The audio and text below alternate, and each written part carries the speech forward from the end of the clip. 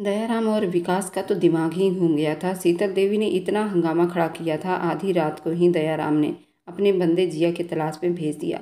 जिया अपना बैग कंधे पर लटकाए भाग रही थी। उसे बस किसी तरह यहाँ से निकलना था। आंखों से आंसू पोंछते उसने एक नज़र पलट कर देखा। वह बस स्टैंड तक पहुँच गई थी। बस में बैठते उसने अपना चेहरा अच्छे से ढक लिया। अपने आसपास देखा तो बस में अभी एक दो लोग ही मौजूद थे। जिया का दिल बुरी तरह से घबराया हुआ था। ये बस स्टैंड हवेली से कुछ ही दूरी पर था और उसे यही डर था कि उसे सबसे पहले यहीं आकर ढूंढा जाएगा। वह घबराए हुए खिड़की से बाहर देख रही थी कि उसे कुछ गुंडे दिखाई दिए जो अलग अलग बसों की तलाशी ले रहे थे। जिया का सांस बिल्कुल रुक सा गया था। वह बस से नीचे उतर गई और छुपते छुपाते वहाँ से दूर निकल रही थी। वह भागे जा रही है, देखो वो भाग रही है, पकड़ो उसे, पकड़ो उसे। एक आदमी ने उसे देख लिया था तो जिया बहुत तेज़ी से वहाँ से भागी थी। उसका बैग उसके हाथ से छूट गया था, लेकिन हाथ में पकड़ा खंजर उसने नहीं छोड़ा था और भागती जा रही थी, जबकि वे 4-5 आदमी जो उसके पिता के भेजे गए गुंडे थे उसके पीछे पूरी ताकत से भाग रहे थे। उन चारों में से एक शीतल देवी का आदमी भी था, जिसे जिया को जान से मारने का ऑर्डर मिला था। उसने वहीं से एक चाकू जिया की तरफ फेंका, जो उसे छूता उससे पहले कि किसी ने उसे अपनी बाहों में लेते एक तरफ कर लिया था। जिया का दिल धक से रह गया। उसने खुद को ज़मीन के ऊपर हवाओं में उड़ता महसूस किया और फिर अपने आसपास मजबूत बाहों को देखा। ये सब इतना अचानक हुआ था कि जिया उन आदमियों को समझ ही नहीं पाई थी आखिर हुआ क्या है। जिया ने पलकें उठाते उस आदमी को देखा जो उसका मसीहा बनकर उसके सामने आया था। वह कोई और नहीं था, अमृत था, जिसकी नीली आंखें उस वक्त लाल अंगार बनी हुई थी। मारो उसे, एक आदमी चिल्लाया था कि अमृत ने एकदम ही जिया का हाथ में पकड़े खंजर को खींचते उस आदमी के सीधा दिल में उतार दिया था। जिसने जिया पर चाकू उछाला था वहीं ढेर हो गया था। जिया को एक तरफ करते अमृत ने बाकी तीनों को भी अधमरा कर दिया था। वे चारों आदमी उस वक्त रात को सुनसान सड़क पर बेहोश पड़े थे, अपनी आखिरी सांसें गिन रहे थे। अमृत ने पलटकर एक नज़र जिया को देखा। उसकी आंखें बिल्कुल बेअसर थी। वह धीरे धीरे चलता उसके पास आया। जिया बिल्कुल चुप खड़ी थी, उसे और अपने बहते आंसू को देख रही थी। अगले ही पल एक जोरदार थप्पड़ उसके गाल पर आया था, लेकिन अमृत ने उसे खड़ा किया था जैसे उसे कुछ भी फर्क नहीं पड़ा था। जिया ने एक और जोरदार थप्पड़ उसके मुंह पर मारा था। फिर तो वह थप्पड़ों की बरसात करती चली गई। अमृत के गार्ड दूर खड़े अपने सर को पीटता हुआ देख रहे थे, लेकिन उन्हें परमिशन नहीं थी कि वह वहाँ आए, क्योंकि अमृत खुद अपनी पत्नी से मार खा रहा था। जिया के हाथों में अब दर्द शुरू हो गया था। वह वहाँ से जाने लगी, तभी किसी ने उस पर फिर से वार करना चाहा, जिसे अमृत ने अपने हाथों से उस वार को रोका था। अब दयाराम और विकास ने अपने आदमियों को जिया को मारने के लिए भेजे थे। वह उसके सीने पर हाथ रखे खड़ी थी। अभी अमृत ने अपना हाथ छुड़ाया, उस आदमी को मार गिराया था। जिया ने अमृत के सीने से शर्ट को अपनी मुट्ठियों में दबाए खड़ी थी। अगले ही पल एक और आदमी उसकी तरफ लपका था। उस आदमी के हाथ से चाकू खींचते उसको ज़मीन पर धक्का दे दिया था। वह अब अपनी पॉकेट से गन निकालता उस आदमी के दिल में सीधा उतार गया था। वह गोली की आवाज़ सुनती अमृत के सीने में और घुसती चली गई। उसका जिस्म कांपने लगा था। उसने कब देखा था अमृत का ये रूप? 1 महीने तो उस पर अपनी नरम गरम मोहब्बतें और प्यार निछावर करता रहा, फिर उस वक्त तो वह एक बेरहम इंसान बना हुआ था। जिया को अपने आप की फिक्र हुई। उसके चेहरे को थप्पड़ों से लाल कर चुकी थी। उसके होंठ का किनारा भी कट चुका था। कोई भी आदमी उस तक नहीं पहुंच पाया था। अब दयाराम के बाकी सब आदमियों को अमृत के गार्ड सीधा मौत के घाट उतार चुके थे। जिया उसे डर कर पीछे हटी थी। उसे तो सामने खड़े उस आदमी से भी बहुत खतरा महसूस हो रहा था। उसे तो खुद को उस आदमी से भी तो बचाना था। वह उससे दूर होती भागने लगी, लेकिन उसी के कदमों ने साथ ना दिया। वे कांप रही थी। उसका पूरा जिस्म कांप रहा था। उसे अपने पैरों पर बोझ डालने नहीं दिया। वह वहीं घुटनों के बल जमीन पर लेटती चली गई। अमृत ने उसके कमर में हाथ डाले उसे किसी कीमती जौहर की तरह अपने सीने में लगाया था। जिया ने गहरी सांस ली। उस बेवफा आदमी को देखा। उसके कान में वह आवाज़ गूंजी थी, आपकी बेटी मेरी बहन से ज़्यादा गई गुजरी है। उसने तो शादी किया था, लेकिन आपकी बेटी बिना शादी किए मेरे साथ रह रही थी। अब संभालिए अपनी बेटी को, क्योंकि इस लड़की को मैं क्या, इसे तो कोई भी अब इज्जतदार आदमी नहीं अपनाएगा। वह आखिरी शब्द था जो जिया की आत्मा तक को हिला गया था। वह तड़प कर रह गई थी। उन शब्दों की बरसात से अब भी उसे अपने कानों में गूंज रही थी। अगले ही पल वह होश हवास को खो बैठी थी। अमृत ने उसे अपनी बाहों में भरते गाड़ी को अपने फार्म हाउस की तरफ मोड़ लिया था। उसके गार्ड को पता था वह बेहोश है। उन आदमियों के साथ क्या करना था, उसकी गाड़ी धूल उड़ाती वहाँ से जा चुकी थी। उस वक्त आंगन में चक्कर लगाई जा रही थी। उसे रह रहकर जिया की चिंता सता रही थी। न जाने भैया वहाँ गए होंगे भी या नहीं। अगर जिया को कुछ हो गया, उसके आगे श्वेता सोच ही नहीं पा रही थी। मोबाइल उठाते हुए अमृत को कॉल करने लगी। स्क्रीन पर कॉल करते सुरेश के आज के फंक्शन का स्टेटस व्हाट्सएप पर नजर आया। श्वेता ने वह स्टेटस ओपन किया। उसके गाने का कोई लाइन था जो आज दुबई में होना था, जहां आज वह अपनी आवाज़ के जलवे बिखेर रहा था।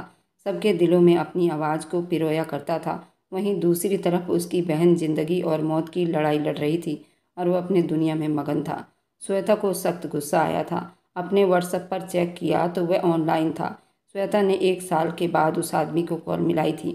अपने लिए नहीं, उसी के बहन के लिए जिसे वो भूल बैठा था। तीसरी बेल पर कॉल रिसीव हो गई। दोनों तरफ बिल्कुल चुप्पी बन गई थी। श्वेता सुरेश की आवाज़ कानों में गूंजी तो वह अपना होंठ एक दूसरे में पिरोकर बोली। खुद को कुछ भी सख्त कहने से बाज रखती ही आंखें मीच गई। श्वेता, क्या हुआ? तुम ठीक हो? अचानक वह उसके लिए परेशान हुआ। वह आदमी जिसने दूसरे की बातों में आकर उस पर लगाए गए इल्ज़ाम को वह सच समझ बैठा था और उसे धोखे देकर घर से निकाल दिया था। उसका किसी और के साथ चक्कर है। वह आदमी श्वेता के लिए परेशान हुआ। हमारी फिक्र मत करें सुरेश, अपनी बहन को बचा लीजिए। अपनी ज़िंदगी के रंगीनियों से निकल कर अपनी बहन की खबर ले लो। अपनी आवाज़ तो धीमी कर गई, लेकिन अपना सब तीखा होने से ना रोक पाई। क्या मतलब? सुनील के माथे पर बल पड़े। सारा मतलब आपको समझ आ जाएगी। मेहरबानी करके अपनी बहन को अपने ही घर के जालिम लोगों से बचा लो, वरना वक्त दूर नहीं आपके हाथों में सिवाय पछतावे के कुछ नहीं बचेगा। वे एक एक शब्द पर जोर देती हुई कहती कॉल काट गई थी, जबकि सुरेश मोबाइल हाथ में थामे बिल्कुल सुन खड़ा रह गया। इतने साल के बाद श्वेता ने उससे बात की थी और आज किया भी तो सिर्फ उसकी बहन की खबर देने के लिए। कहीं कोई घर में समस्या तो नहीं हो गई। सुरेश के दिल को कुछ होने लगा था। उसने जल्दी घर में कॉल मिलाई। कॉल जा रही थी लेकिन कोई भी उस कॉल को रिसीव नहीं कर पा रहा था। जिया के नंबर पर कॉल मिलाई तो वह नंबर बंद आने लगा था। वह अब और ज़्यादा परेशान हुआ। पहली फ्लाइट से हिंदुस्तान आना अच्छा समझा था। इधर अमृत व उसे लिए सीधा फार्म हाउस आया था। वही फार्म हाउस जहां उन दोनों की दिन और रातें एक दूसरे की बाहों में कटी थी। वह उसे बहुत ही आराम से बिस्तर पर लिटाता, पीछे हटा और उसे सर से पैर तक देखता चला गया। उस लड़की के अपनों ने ही उसकी बहन पर जुल्म किया था। उस जुल्म का बदला उस नाजुक लड़की से ले रहा था। ये नाजुक लड़की भी अपने ही घर वालों के जुल्म का शिकार हो गई थी, वैसे जैसे अमृत की अपनी बहन को उन लोगों ने तकलीफ पहुंचाई थी। अमृत ने अपनी आंखें जोर से बंद की। उसे यकीन नहीं आ रहा था कि कोई इतना जालिम भी हो सकता है कि अपनी ही बेटी को मारने की कोशिश करे। उसने भी तो संभाला था अपनी बहन श्वेता को, तो क्या वे अपनी बेटी को नहीं संभाल सकते थे? उस एक सवाल ने अमृत के अंदर चिंगारियां भर दी थी। सावधानी से उसके ऊपर कंबल उड़ाता और खुद बाथरूम का मुंह करता अपनी शर्ट के बटन तोड़कर शर्ट को दूर उछाल गया था। उसके भारी उभरे मसल उस वक्त और ज़्यादा उभर चुके थे। उसके अंदर बहुत ज़्यादा गुस्सा भरा हुआ था। आईने में अपना चेहरा देखता खुद पर ही गुस्सा आने लगा। वह कैसे इतना बुरा इंसान हो सकता था? जिस लड़की को उसने अपनी बाहों में रखा था, जिस लड़की ने उसे अपना सब कुछ मान लिया था, उसी को उसने इतनी बड़ी सज़ा दी थी। उसके साथ अपने संबंध को खुद अपने मुंह से नाजायज़ बोल कर आया था। उसके किरदार पर कीचड़ उछाल कर आ गया था। सामने लगे शीशे में अमृत ने जोर जोर से मुक्का मारा कि उसका हाथ जो पहले से ही जख्मी था और ज़्यादा जख्मी हो गया था। लेकिन उसके अंदर इतना दर्द था कि जिस पर लगे उसे दर्द अब महसूस नहीं हो रही थी। वह गहरा सांस भरता बाथरूम में नहा रहा था। आंखों से आंसू बह रहे थे। वह प्रेग्नेंट थी, उसके बच्चे की मां बनने वाली थी और इन जालिमों ने उसे और उसके बच्चे को मारने की कोशिश की थी। उसने एकदम आंखें खोली, किसी को नहीं छोड़ूंगा, हर उस आदमी को जान से मार डालूंगा जो जिया की तरफ बढ़ा था। दीवानों की तरह दीवार पर मुक्के बरसाता चला गया। इधर दयाराम की हाल बहुत बुरी थी। क्या तुम लोग छक्के हो? एक लड़की को तुम लोग नहीं ढूंढ पाए, कहाँ चली गई? वह एकदम से चिल्लाया था। मुझे हर हाल में जिया इसी वक्त हवेली में वापस चाहिए। जाओ, उसे जाकर कहीं से भी ढूंढ कर लाओ। आज की रात उसे वापस आना है। दयाराम इस वक्त बहुत ही गुस्से की हालत में फड़फड़ा रहा था। अपने आदमियों पर दहाड़ रहा था जो खाली हाथ वापस लौटे थे। इससे पहले गए तो वापस भी नहीं आए थे। उनकी दहाड़ सुनते हुए सारे वहाँ से बाहर निकले, दयाराम की तरफ बढ़े। शीतल देवी ने एक तूफान मचाया हुआ था। देखा, मैंने कहा था ना, उसका कोई बंदोबस्त कर लो। अब भाग गई ना, जो इज्जत बची थी वो भी मिट्टी में मिलाकर भाग गई है आपकी बेटी। जब बहन की बारी थी तो आपने बड़े सख्त शब्द सुनाए थे और एकदम ठोस कदम उठाया था। अब बेटी की बारी, आपको क्या सांप सूंघ गया है? शीतल देवी दयाराम को उस्काने की कोशिश कर रही थी। सीमा देवी ने गुस्से से उनकी तरफ देखा था। मेरा दिमाग खराब करने की ज़रूरत नहीं, मेरी बेटी को मैं खुद देख लूँगा। तुम्हें बीच में बोलने की कोई ज़रूरत नहीं। उसी पर भड़क उठे थे। तुम अपने में मेरी बेटी को ना मिलाओ। तुम्हारी बात कुछ और थी और यहाँ मामला कुछ और है। तुम दोनों को एक साथ मत मिलाओ। तुम अपना घर तो बसा नहीं पाई, अब हमारी ज़िंदगी हराम मत करो। दयाराम शीतल देवी पर एकदम भड़क उठा था। हाँ भाई, सच तो कड़वा ही होता है, लेकिन अब देखना आपकी बेटी ने इस घर से भागकर अब कौन कौन से नए गुल खिलाती है। एक तो न जाने किसका पाप पेट में लेकर वापस आई है। अब चुप हो जाओ, खबरदार। अब तुमने मेरी बेटी के बारे में एक भी शब्द गलत कहा तो मुंह तोड़ दूंगा मैं तुम्हारा। दयाराम इस वक्त गुस्से की हालत में शीतल देवी की तरफ बढ़े तो वह घबराकर एकदम पीछे हट गई थी। उसका यूं पलटकर हटना एकदम हैरान कर गई। कहाँ तो वह बेटी के इतने खिलाफ हो गए थे, उसे कैद कर दिया गया था, और कहाँ आज अपनी बेटी के हक में खड़े होकर वह शीतल देवी को ही बातें सुना रहे थे और सीमा देवी हैरानी से उन्हें देख रही थी। इधर जिया की हालत भी बहुत ख़राब थी। उसे जैसे ही होश आया उसने खुद को नरम गरम बिस्तर पर पाया। धीरे धीरे आंखें खोलती छत पर लगे पंखे पर नज़र जा ठहरी। उसे क्या कुछ नहीं याद आया था? प्लीज़ अमृत, अब बस कर दो ना, मैं थक गई हूँ। वह उसके सीने पर सर रखकर गहरी सांस भरती बोली, पर अभी मेरा मन नहीं भरा है, शरारती अंदाज में कहता उसके होश फिर से उड़ाने लगा था। उसने नज़र फेर कर उस बिस्तर को देखा जहाँ उसने अमृत के साथ 1 महीने इतने मोहब्बत भरे पल बिताए थे, वह भी अमृत की बाहों में। अचानक उसे वह बिस्तर कांटों की तरह चुभने लगा। बिस्तर की चादर को मुट्ठी में दबोचा। वह सारी चादरों को इकट्ठी करती झट से उठ बैठी। पूरे बिस्तर का तहस नहस कर दिया था। उसकी चीखें सुनते अमृत, जो गैलरी में खड़ा फ़ोन पर श्वेता को जिया की सही सलामती की खबर दे रहा था, कॉल बंद करता जल्दी अंदर की तरफ भागा था। वह सारे कमरे का तहस नहस कर चुकी थी। अब हिचकियों से दहाड़े मार मार कर रो रही थी। उसका मातम भरा अंदाज देखता अमृत अपने दिल में सुकून महसूस कर रहा था। जल्दी आगे बढ़कर उसे थामता अपनी तरफ मोड़ा था और वह अमृत को देखकर और ज़्यादा गुस्से में आ गई थी। दूर हटो, मुझे मत छूना। वह अपने आप उससे छुड़ाती बड़ी ज़ोर से चिल्लाई थी। मैंने कहा दूर हटो। वह इतनी ऊंची आवाज़ में चिल्ला रही थी कि उसके गले में खराश पड़ गया। एकदम चुप, आवाज़ ना आए अब तुम्हारी। सख्त गुस्से से उसे बोला। वह फिर भी चुप ना हुई। मुझसे दूर हो जाओ वरना मैं खुद को कुछ कर लूँगी। अमृत, आज वह उससे बिल्कुल भी नहीं डर रही थी। वह उस वक्त बहुत ज़्यादा गुस्से में उसकी आंखों में आंखें डालकर खड़ी थी। उसका ये अंदाज देखता अमृत बिल्कुल सुन्न हो गया था। वह उससे पीछे हटा। वह जिस हाल में थी उससे पीछे हटना चाहा। वह अपने जिस्म को साफ करने लगी जहाँ से अमृत ने उसे छुआ था। उसकी इस हरकत पर तो अमृत का दिमाग पल भर में गर्म हुआ था। उसे वापस खींचकर अपने सीने से लगा लिया था। कहाँ कहाँ से मेरा एहसास साफ करोगी? तुम्हारे जिस्म के हर हिस्से को मैं छूकर अपनी आत्मा की गहराइयों में उतारा हुआ है, तो अब ये ड्रामा क्यों? दूर हटो। वह उसके सीने को जोर से पुश कर गई थी। वह प्यार मेरे पति का था, एक जायज़ रिश्ते का था, जो अब ख़त्म हो गया है। अब तुमने मुझे छुआ तो मैं खुद को आग लगा दूंगी, समझे तुम? वह शेरनी की तरह दहाड़ रही थी, चीख रही थी। अमृत ने आगे बढ़कर उसके कांपते गुलाबी होठों को अपनी पकड़ में ले लिया। वह अब मछली की तरह फड़फड़ा रही थी। उसकी जान हथेली पर लाता पीछे हटा। अब अगर तुमने मेरा दिया कोई भी निशान मिटाने की कोशिश की जिया, तो अमृत से बुरा कोई नहीं होगा। तुम्हारी कंडीशन का लिहाज किए बिना इस वक्त तुम्हारी आत्मा में उतर जाऊंगा। उसे गुस्से से वार्निंग करता एक झटके से छोड़ गया। उसके गुलाबी होंठ उस वक्त बिल्कुल लाल पड़ चुके थे, लेकिन उसकी धमकी पर वह कांप कर रह गई थी। वह बहुत ज़िद्दी था। जिया ये बात अच्छे से जानती थी। जो कहता था वह ज़रूर करता था। मुझे यहाँ से जाना है, आपके कमरे में नहीं रुकना। मेरा दम घुट रहा है यहाँ, मैं मर जाऊंगी यहाँ। वह अपना गला थामे चिल्लाई थी तो वह उसकी कलाई थामे दूसरे कमरे में ले गया। वह कमरा भी उनकी यादों की लपेट से जगमगा रहा था। फार्म हाउस का कोई भी हिस्सा ऐसा नहीं था जो उनकी मोहब्बत की गवाही न दे। अब वह थक हार कर एक सोफे पर ढह गई थी। उसकी अब इतनी हिम्मत नहीं थी कि वह कुछ कहती या लड़ती। वह बिल्कुल हार गई थी। उसने अपनी आंखें मूंद ली थी। पानी का गिलास लिए उसकी तरफ बढ़ा। पानी पियो। उसकी आवाज़ पर जिया ने आंखें खोली। उसे देखा, जी चाहा गिलास उछाल दे, लेकिन इस वक्त उसे सच में पानी की बहुत चाहत हो रही थी। कितने देर से उसने कुछ नहीं खाया पिया था। पानी पीकर गिलास टेबल पर रखा तो अपने सामने इतने सारे खाने को देखकर बिल्कुल हैरान रह गई। अमृत रूम से जा चुका था, मतलब वह चाहता था कि जिया पेट भरकर खाना खाए। वह ऐसा क्यों चाहता था, जिया अच्छे से जानती थी। उसे भी बाकी मर्दों की तरह अपनी औलाद की फ़िक्र थी। उसी फिक्र में उसे यहाँ लाया था। अगर वह प्रेग्नेंट ना होती तो ज़रूर उस आदमी ने भी उसे मारने के लिए छोड़ दिया था। वह अब दर्द से आंखें बंद कर गई। मतलब हर तरफ से औरत की कोई वैल्यू नहीं होती।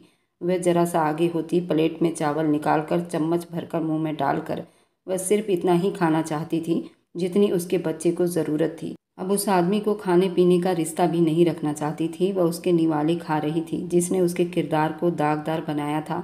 अचानक से फिर उस आदमी के लिए उसके दिमाग में गम और गुस्सा दोनों भर आया था। वह प्लेट वापस पटक कर हिम्मत करती उठी और दरवाज़ा खोलकर बाहर निकली। लड़खड़ाते हुए सीढ़ियों तक पहुंची थी कि चक्कर आने से वह सीढ़ियों से नीचे गिरती। अमृत ने उसे जल्दी से बढ़कर थाम लिया। जिया उसे लगा जैसे उसका दिल निकल गया हो। तुम ठीक हो? वह उसे अपनी बाहों में भर गया। मेरी जिंदगी की सबसे बड़ी गलती हो अमृत। अब वह धीमी शब्दों में उससे कहती रो पड़ी थी। काश तुमसे मोहब्बत करने से पहले जिया को मौत आ जाती। अमृत ने जल्दी से उसके गुलाबी होठों पर अपना हाथ रख दिया। खबरदार, जो ऐसा कुछ भी गलत जुबान से निकाला तो हलक से शब्द खींच लूँगा तुम्हारी। वह गरजता हुआ उसकी बात काट गया तो वह तीखा सा मुस्कुराई। औलाद के लिए कर रहे हो ना ये सब? उसकी बात पर अमृत के कदम थमे थे। तुम्हें विश्वास नहीं है मैं मर जाऊंगी, लेकिन अपना बच्चा तुम्हें नहीं दूंगी, जो चाहे कर लेना।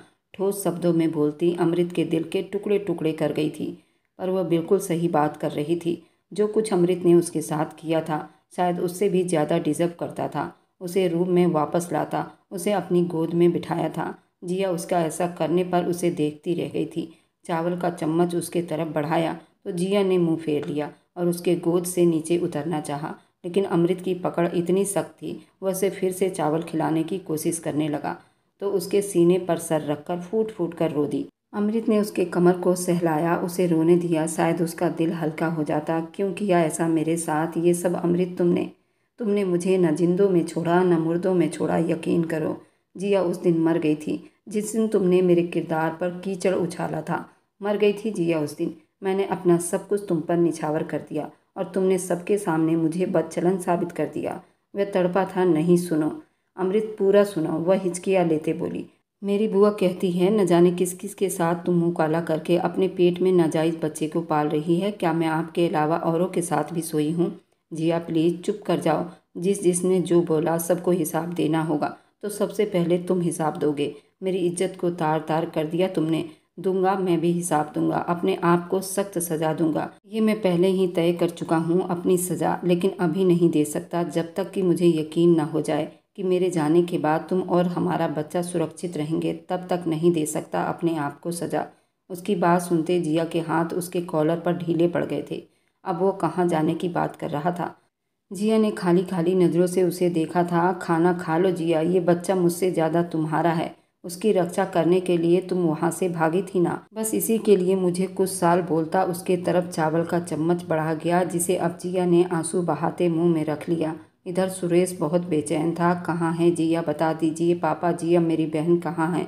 हर तरफ ढूंढ लिया लेकिन जिया का कुछ पता न चला। दयाराम खुद झुके कंधों के साथ बैठे हुए थे। न जाने मैंने अपनी बेटी को बहुत तकलीफ़ दिया था और ये मुझे बिल्कुल भी नहीं बताया गया था कि मेरी बेटी अमृत से शादी कर चुकी है।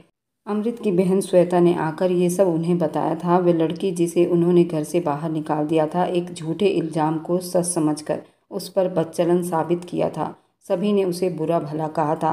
सुरेश, सभी ने उसे बुरा भला कहा था ना? वह लड़की उनकी बेटी की सही किरदार का सबूत बनकर उनके सामने आकर खड़ी हुई थी। वे तो पल पल मर रहे थे। सुरेश के सवालों का जवाब किसी के पास नहीं था। मैं एक बात सबसे कह देता हूँ, मेरी बहन है जिया। मेरी पत्नी के साथ जो कुछ 1 साल पहले आप सब ने किया था मैंने बर्दाश्त कर लिया था, पर अब मेरी बहन के साथ भी वही सब हुआ है तो मैं किसी को नहीं छोड़ूंगा। वह दहाड़ते हुए गैलरी की तरफ बढ़ा। सुरेश की आवाज़ एकदम थम गया था। आप श्वेता दी से पता करें, शायद उन्हें पता हो।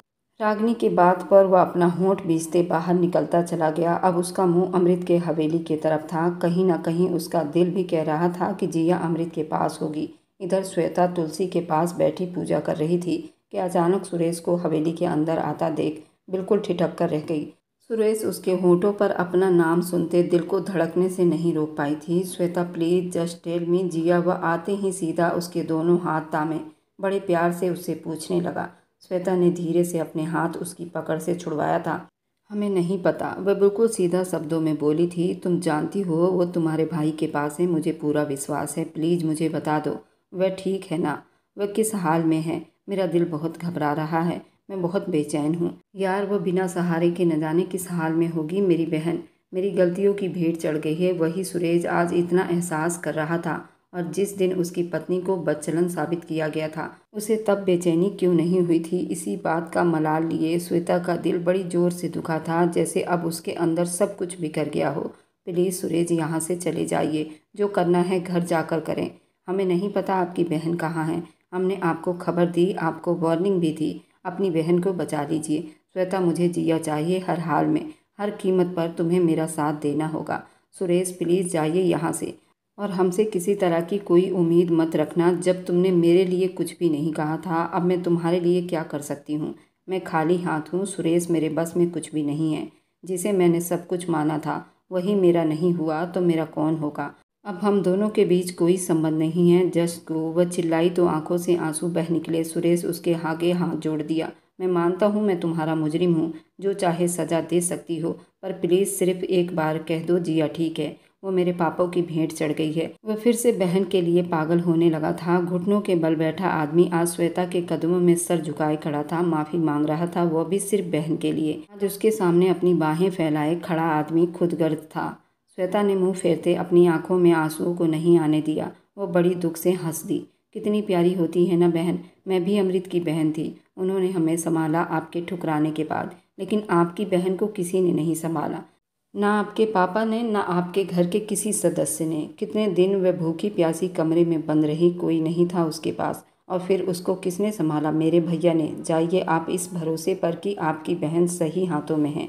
वह मुंह फेर गई, जबकि सुरेश उसे देखता रह गया। उसने जिया के लिए वह सब कुछ सोचा, क्योंकि जिया उससे मोहब्बत करती थी और तुमने अपनी मोहब्बत को ही ठुकरा दिया। तुमने तो अपनी पत्नी को दूसरे के लगाए गए इल्ज़ाम पर विश्वास किया। Thank you so much. Shweta अब उसका धन्यवाद कर रहा था। आप पर एहसान नहीं किया, बस इंसानियत अभी भी बाकी है। उसकी बात पर सुरेश चुप ही हो गया था। बहुत शर्मिंदा था। क्या तुम मुझे माफ़ नहीं कर सकती हो? कुछ पल वह चुप से उसे देखती रही। सब गुनाहों की माफ़ियाँ मिल जाती हैं, लेकिन जो कीचड़ किरदार पर उछाला जाता है उसकी कोई माफ़ी नहीं होती। शादी को सिर्फ 3 महीने बीते थे कि सुरेश की बुआ ने जलन में आकर श्वेता पर उसके किरदार पर इल्ज़ाम लगाया। उसके कमरे में एक अनजान आदमी को भेजकर वह अपनी पवित्रता को चीख चीख कर सबको बता रही थी, लेकिन किसी ने उस पर विश्वास नहीं किया।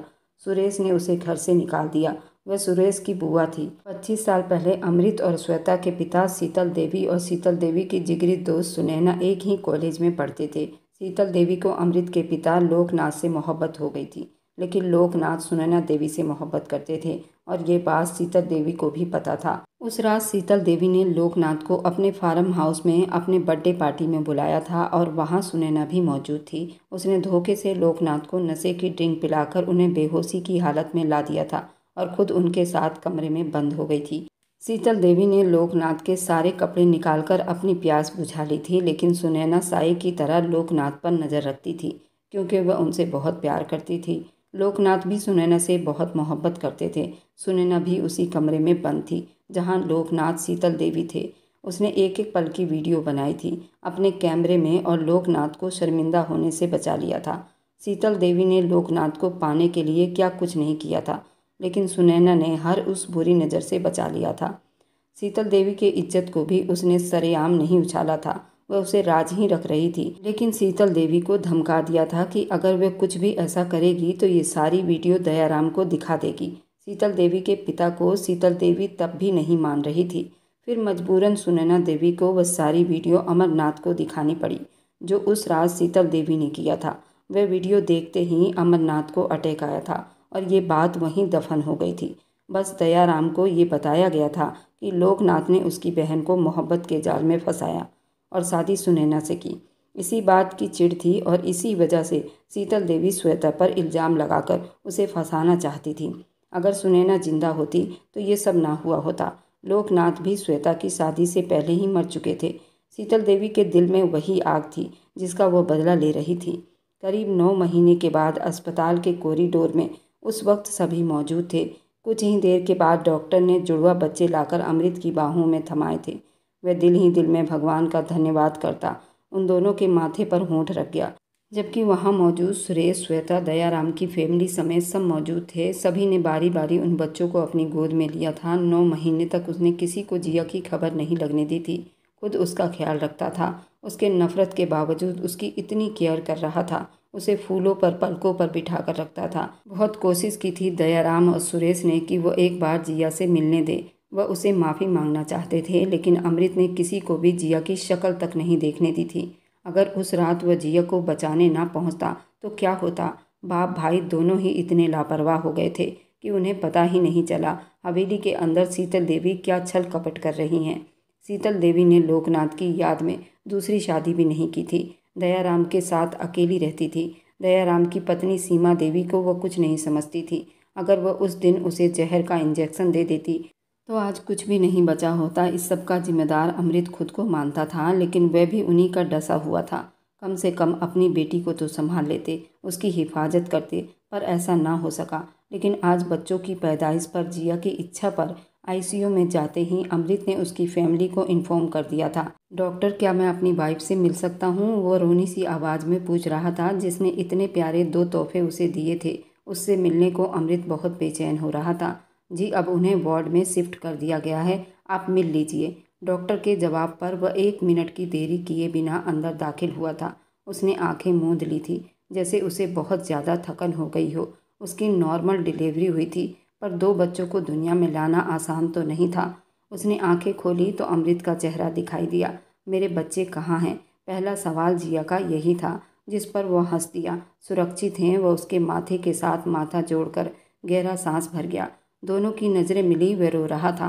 मेरी सज़ा का वक्त शुरू होता है अब। वह उसके दिल की धड़कनों को झकझोर गया था। वह बोल रहा था, अब सब कुछ ठीक हो गया है जिया, तुम्हारी लाइफ में तुम्हें वापस सब कुछ लौटा दिया है मैंने। अब मेरी सज़ा का वक्त है। तुमसे दूर और मेरे दोनों बच्चों से दूर, यही मेरी सज़ा है। अमृत ने तड़प कर कहा था। वह कांप उठी थी। 9 महीने तक वह उसे सज़ा देती आई थी। क्या कुछ नहीं कहा था उसने? हाथ तक उठाया था उस पर, पास तक नहीं आने देती थी उसे, लेकिन वह उसके नाज नखरे उठाता रहा। वह उसे फिर से बेबस छोड़कर जा रहा था। आपकी सज़ा मैं तय करूंगी, वह उसे तुम के बजाय आप कह रही थी। मतलब उसकी सज़ा भगवान ने ख़त्म कर दी थी। वह आश्चर्य से देख रहा था। आपने 9 महीने पहले जो किया, फिर उन 9 महीने में जो सज़ा काटी, मैंने आपको माफ़ कर दिया। उसके चेहरे को प्यार से छूती बोल रही थी। अमृत को लगा उसे अपने कानों पर विश्वास ना हुआ हो। झुककर उसके माथे पर होंठ रखता, उसके होंठों पर भी अपनी मोहर लगा गया। वह पल में लाल हुई थी। इतनी चाहत और प्यार पर वो मचल उठा था। तेरे बिना जीना पड़े, वह दिन मुझे न देना। सभी उसके पास अंदर आते माफ़ी मांग रहे थे। दयाराम ने बेटी के सर पर हाथ रखते हाथ जोड़ दिए तो वह तड़प कर पिता को माफ़ कर गई। वह रोते हुए मुस्कुराई, सबको माफ़ कर रही थी। अपने बेटे को वारी जा रही थी। उनके लिए उसने सबको माफ़ कर दिया था। शीतल बुआ को भी माफ़ करने का इरादा रखती थी। रागिनी उनकी गोद ली हुई बेटी थी। रागिनी ने आगे बढ़कर जिया को अपने गले से लगाया था, उसे आशीर्वाद दिया था और साथ में श्वेता और सुरेश के संबंध में कुछ कहा था तो जिया मुस्कुरा दी। श्वेता और सुरेश का हाथ रागिनी ने एक दूसरे में दे दिया तो वे दोनों मुस्कुरा दिए। एक पल को सभी चुप हो गए थे। श्वेता ने अपना हाथ छुड़ाना चाहा, लेकिन जिया ने ऐसा ना होने दिया। वह अपने बेटों की कसम उन दोनों पर चढ़ा चुकी थी और श्वेता उन दोनों बच्चों से बहुत प्यार करती थी। उसने वहीं पर सुरेश को माफ़ कर दिया था। जिया ने कहा, मैंने तुम्हें बुआ और फूफा बनाया, अब मेरी बारी है। तुम कब मुझे बुआ बना रही है? श्वेता भाभी, उसकी बात पर सभी के चेहरों पर हंसी दिखाई दे गई। श्वेता की पलकें झुक गई थी। सुरेश, उसकी फैमिली ने उससे माफ़ी मांगी। माफ़ी मिली भी तो आज दोनों बेटों को अपने साथ लगाए हुए पास बैठे अमृत को देखे जा रही थी, उसी को देखे जा रही थी। अब सभी हॉस्पिटल से घर आ चुके थे। आज अमृत के बेटे को पैदा हुए 1 महीना हो गया था। आज अमृत का मन बड़ा मचल रहा था। वह चाहता था आज जिया के साथ रात बिताए।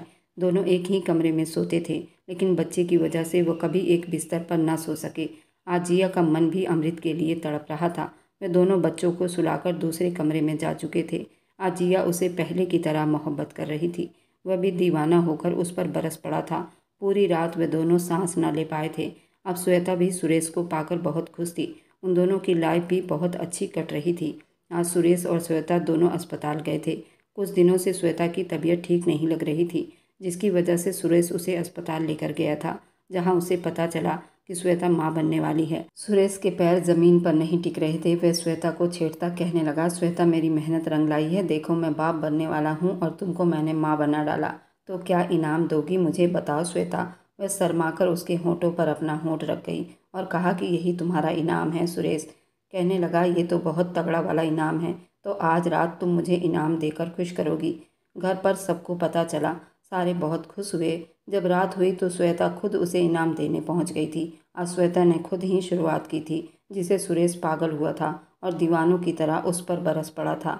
तो कैसी लगी श्वेता और सुरेश की प्रेम कहानी और जिया और अमृत की प्रेम कहानी, मुझे कमेंट में ज़रूर बताना। और मेरी वीडियो आप लोग जहाँ कहीं से भी देखते हैं, कमेंट में अपने शहर और राज्य का नाम ज़रूर बताना। मुझे आप लोगों के कमेंट पढ़ने में बहुत आनंद आता है और उन सभी का मैं बहुत बहुत धन्यवाद करना चाहती हूँ, जो लोग मेरी वीडियो को देखते हैं, लाइक करते हैं और शेयर करते हैं। अगर आपको आज की कहानी पसंद आई है तो वीडियो को ज़रूर लाइक कीजिएगा और अपने दोस्तों के साथ शेयर भी कीजिएगा। और हाँ, अगर आपने अभी तक हमारे चैनल को सब्सक्राइब नहीं किया है तो ज़रूर सब्सक्राइब कर लें। मिलते हैं हम अपनी कल की एक और नई दिलचस्प कहानी के साथ। मुझ पर सदा अपना प्यार और स्नेह बनाए रखें। सभी को मेरा प्यार भरा नमस्कार दोस्तों। खुश रहें, स्वस्थ रहें, मस्त रहें।